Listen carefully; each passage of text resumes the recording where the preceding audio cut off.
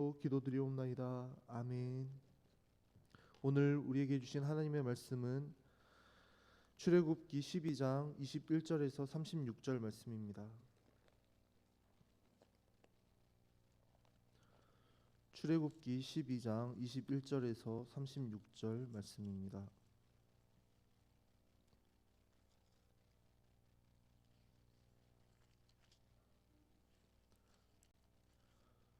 다 찾으셨으면 한 절씩 교독하도록 하겠습니다.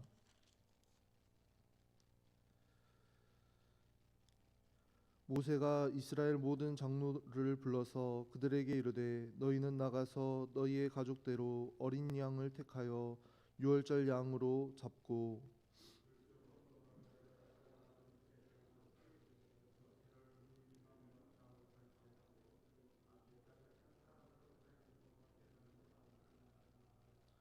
여호와께서 애굽 사람들에게 재앙을 내리려고 지나가실 때에 문 임방과 좌우 문설주의 피를 보시면 여호와께서 그 문을 넘으시고 멸하는 자에게 너희 집에 들어가서 너희를 치지 못하게 하실 것임이니라.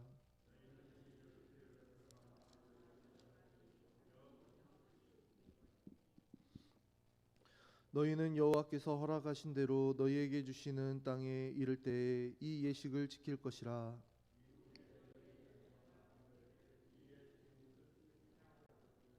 너희는 이르기를 이는 여호와의 유월절 제사라.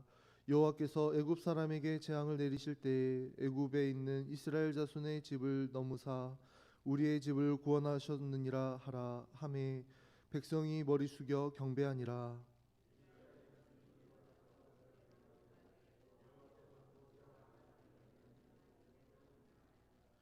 밤중에 여호와께서 애굽 땅에서 모든 처음 난 것 곧 왕위에 앉은 바로의 장저로부터 옥에 갇힌 사람의 장자까지와 가축의 처음 난 것을 다 치심에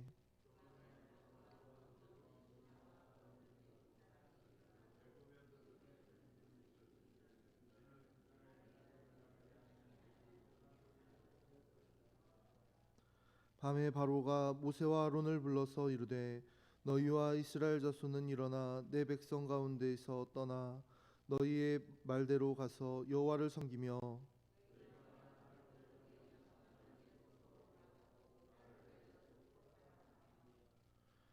애굽 사람들은 말하기를 우리가 다 죽은 자가 되도다 하고 그 백성을 재촉하여 그 땅에서 속히 내보내려 함으로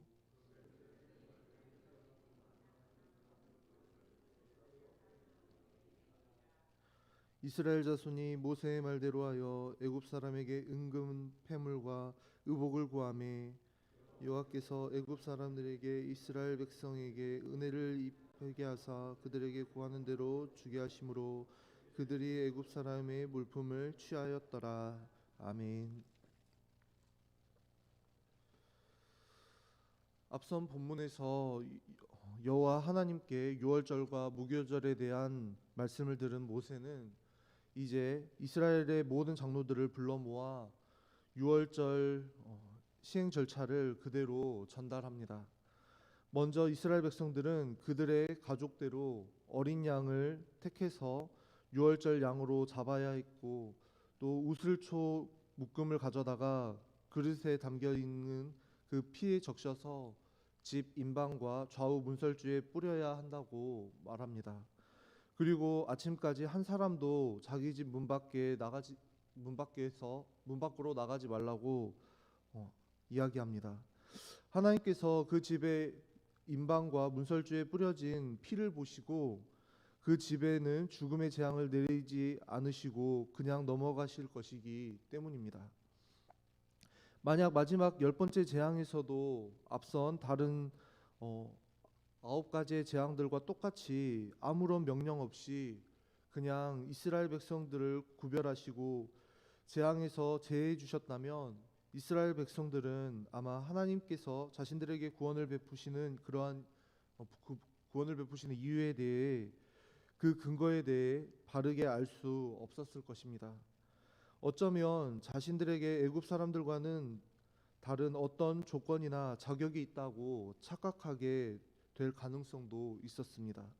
그래서 하나님께서는 유월절을 제정해 주시고 유월절 규례를 따라 어린 양을 잡게 하시고 그 피를 문에 바르게 하심으로써 이 놀라운 구원의 역사가 자신의 어떠함에 근거한 것이 아니라 우리를 위해 죽임당한 그 어린 양의 피에 근거한 것임을 확실하게 가르쳐 주신 것입니다. 그 피로 인해서 하나님께서 이스라엘 그 피를 흘리게 함으로써 그 말씀에 순종하게 함으로써 이스라엘 백성이 구원을 얻게 되었다는 것을 가르쳐 주신 것입니다. 사실 애굽 사람들뿐만 아니라 이스라엘 백성들 또한 거룩하신 하나님 앞에 똑같은 죄인의 모습이었습니다. 그럼에도 불구하고 하나님께서는 이스라엘 백성을 선택하셨고 그들에게 구원의 은혜를 베풀고 계시는 것입니다. 여호와 하나님께서 보낸 죽음의 사자 멸하는 자는 각각 사람의 행동을 판단하거나 그들의 마음을 보는 것이 아니라 그저 그 각 집에 문설주와 임방에 하나님께서 명하신 대로 어린 양의 피가 발라져 있는지 아닌지를 보고 판단했습니다. 어린 양의 피가 뿌려져 있느냐 아니냐가 판단의 기준이었던 것입니다. 이는 우리의 구원이 철저하게 예수 그리스도의 보혈에 근거한 은혜로 베풀어진다는 것을 분명하게 보여주고 있는 말씀이기도 합니다. 사실 유월절 규례를 지키는 행동 자체는 죽음의 심판에서 건짐을 받을 만한 아무런 가치가 없고 아무런 연관성도 없는 행동처럼 보여지기도 합니다. 하지만 하나님께서는 이 유월절 규례를 하나님에 대한 이스라엘 백성들의 순종으로 인정해 주시고 이 믿음을 통해 구원의 은혜를 베풀어 주시기를 원하셨습니다. 여기서 중요한 것은 어린 양의 피가 상징하는 예수 그리스도의 보혈입니다. 우리가 어떤 사람이건 상관없이 예수 그리스도의 그 보혈의 능력을 믿고 의지한다면 그 믿음으로 하나님께 나아간다면 우리는 참된 구원의 은혜를 누리게 될 줄로 믿습니다. 24절에서는 이 일을 규례로 삼아 너희와 너희 자손이 영원히 지키라라고 명령하시고 또 25절에서는 약속의 땅에 들어가서도 이 예식을 지키라고 말씀하십니다. 그리고 26절과 27절에서는 애굽을 경험하지 못한 새로운 세대들이 태어나서 이 절기를 지킬 때 그 의미에 대해 질문한다면 그 의미를 잘 설명하고 가르치라고 말씀하고 있습니다. 이스라엘은 이렇게 1년에 한 번씩 무교절과 유월절을 지키면서 하나님께서 이스라엘 백성을 애굽에서 구원하신 위대한 이 역사를 기억했고 그 놀라운 은혜를 다시 되새기며 생각했습니다. 오늘 우리도 마찬가지로 예수 그리스도의 십자가 구원의 은혜가 얼마나 크고 놀라운 것인지를 계속해서 생각하고 또 생각해야 합니다. 죄로 인해 영원히 멸망당에 마땅했던 우리가 어떻게 놀라운 사랑과 은혜를 힘입어 하나님의 자녀가 될 수 있었는지 우리는 그 아름다운 이야기를 하나님의 언약과 예수 그리스도의 그 복음의 말씀을 우리는 듣고 또 들으며 우리 마음속에 되새겨야 합니다. 그리고 이 복된 이야기를 우리만 알고 있는 것이 아니라 우리의 자녀들과 우리의 후대에게 계속해서 들려주며 가르치며 그 신앙을 전수해야 합니다. 오늘날 우리의 신앙이 쉽게 열정을 잃어버리고 차가워지는 것은 하나님께서 우리에게 행하신 구원의 은혜에 대해 자꾸만 잊어버리기 때문입니다. 우리의 신앙이 더 이상 자라지 못하고 제자리 걸음을 하는 이유도 이 놀라운 구원과 은혜에 대한 감사와 감격을 자꾸만 잊어버리기 때문입니다. 현실에 가려져서 계속해서 그 현실의 삶에만 급급해서 지금까지 하나님께서 우리에게 베풀어 주신 그 은혜를 잊어버리고 망각해버리고 마는 것입니다. 사람은 본래 억울한 일은 오래오래 기억하지만 은혜는 금세 잊어버리는 존재입니다. 그래서 이런 연약한 우리를 위해 하나님께서는 이 놀라운 구원의 은혜에 대해 복음에 대해서 계속해서 끊임없이 말씀해 주시고 또 말씀해 주시는 것입니다.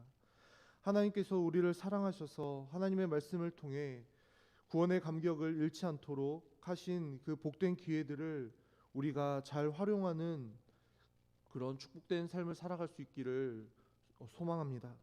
매일 말씀을 묵상하고 기도하기에 힘쓰며 예배 자리를 더욱 사모함으로 매일 주시는 큰 은혜와 그 감격 속에서 더욱 우리의 믿음이 자라고 성숙해지며 견고해지는 우리 모두의 삶이 될 수 있기를 축복합니다. 27절에 보면 이 모든 말씀을 전해 들은 이스라엘 백성은 여호와 하나님 앞에 머리 숙여 경배합니다. 그리고 28절에 보면 그들이 물러가서 하나님께서 모세와 아론에게 명하신 대로 행했다고 말씀합니다.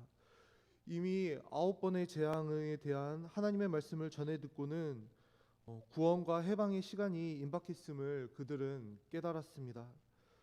그들은 기대와 감격의 마음으로 하나님께 엎드려 경배하고 말씀하신 대로 순종하여 행했습니다. 사실 애굽의 재앙이 내려지기 전까지 이스라엘 백성의 상태는 애굽 사람들과 크게 다르지 않았습니다. 여호와 하나님이 어떤 분이신지도 제대로 알지 못했고 하나님을 신뢰하고 의지하기는커녕 모세와 아론에게 불만을 쏟아냈던 사람들이 바로 이스라엘 백성들이었습니다. 그러나 여호와 하나님께서는 놀라운 능력으로 애굽에 내린 재앙을 통해 역사하심으로 이제 이스라엘 백성들로 하여금 여호와 하나님을 경배하며 의지하도록 만드신 것입니다. 이 하나님께서 우리의 삶에도 권능으로 임하셔서 하나님의 주권적인 구원의 은혜를 경험하게 하시고 하나님을 경배하고 찬양하며 감사할 수밖에 없는 그러한 복된 자리로 이끌어 주시길 소망합니다. 29절에서 30절 말씀을 보면 이제 드디어 마지막 재앙이 애굽 땅에 임하게 되는 것을 보게 됩니다.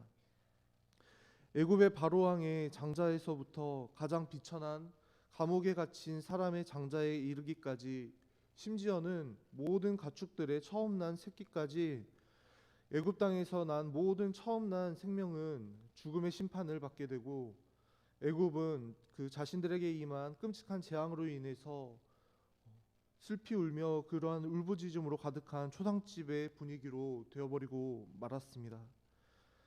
31절에서 36절에서는 열 번째 재앙이 이러한 큰 슬픔과 괴로움이 임하게 되자 바로가 한밤중에 황급히 모세와 아론을 부릅니다. 그리고 그들 앞에서 항복을 선언합니다. 바로는 모세와 아론에게 이렇게 이야기합니다. 일어나 떠나라. 가서 너희가 말한 대로 너희 하나님을 예배하라라고 말합니다. 이제 더 이상 그는 아무런 조건도 달지 않습니다. 그냥 원하는 대로 모든 것을 가지고 나아가라고까지 말합니다. 이것은 떠날 것을 허락해 주는 모습이 아니라 제발 떠나달라고 사정하고 부탁하는 그러한 모습입니다. 이제 이스라엘 백성들은 무교병 반죽을 싼 그릇을 어깨에 메고 애굽 사람들에게 은금 패물과 의복을 구해 가지고 나아가는 모습을 보게 됩니다. 이 모습은 마치 승리한 군대가 전리품을 취하는 모습과도 흡사해 보입니다. 당시 가장 강력한 제국이었던 애굽이 하나님과의 전쟁에서 처참히 패배하고 그 하나님의 백성 이스라엘은 당당히 승전국이 되어 풍성한 전리품을 취해 개선 행진을 시작하게 되는 것입니다. 이스라엘 백성들이 경험한 이 놀라운 은혜가 오늘 우리의 삶 속에서도 이어지게 되기를 축복합니다. 언약하신 대로 신실하게 이 모든 일을 이루시고 비참한 노예의 자리에 있던 이스라엘로 하여금 승리의 기쁨을 누리게 하신 그 하나님께서 오늘 우리의 삶 가운데도 찾아오셔서 코로나19의 상황으로 어려움을 겪고 있는 우리를 구원해 주시고 위로해 주시고 위대한 승리의 기쁨을 누리며 살아갈 수 있도록 은혜 베풀어 주시기를 간절히 주님의 이름으로 소망합니다. 기도하겠습니다.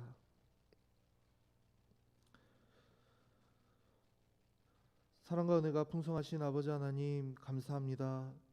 오늘 말씀을 통해 하나님의 말씀에 순종하여 장자의 죽음을 모면한 이스라엘처럼 언제나 신실하신 그 주님의 말씀을 굳게 믿고 의지함으로 순종하는 저희가 되기를 원합니다. 하나님, 우리가 말씀에 순종함으로, 하나님의 그 신실하신 말씀에 순종함으로 하나님의 크신 은혜를 경험하는 우리 모두가 되게 하여 주시옵소서. 그래서 우리가 경험한 하나님, 우리가 만난 하나님, 그 우리가 겪은 그 하나님의 놀라운 구원의 은혜를 우리의 자녀들에게 가르치고 들려주며 믿음의 본을 보이며 우리의 신앙을 자녀들과 후대에게 잘 전수할 수 있는 우리 모두의 삶이 될 수 있도록 도와주시옵소서. 오늘도 우리의 삶을 신실하게 붙드시고 돌보시며 인도해 주실 그 주님을 기대하며 소망합니다. 그 주님을 늘 묵상하며 그 주님의 은혜를 경험하며 살아갈 때에 그 하나님, 우리의 믿음이 더욱 자라나게 하시고 성숙되어지며 그 믿음으로 승리의 삶을 온전히 누리며 살아갈 수 있는 우리 모두의 삶이 되도록 주님 도와주시옵소서. 예수 그리스도의 이름으로 기도합나이다. 아멘.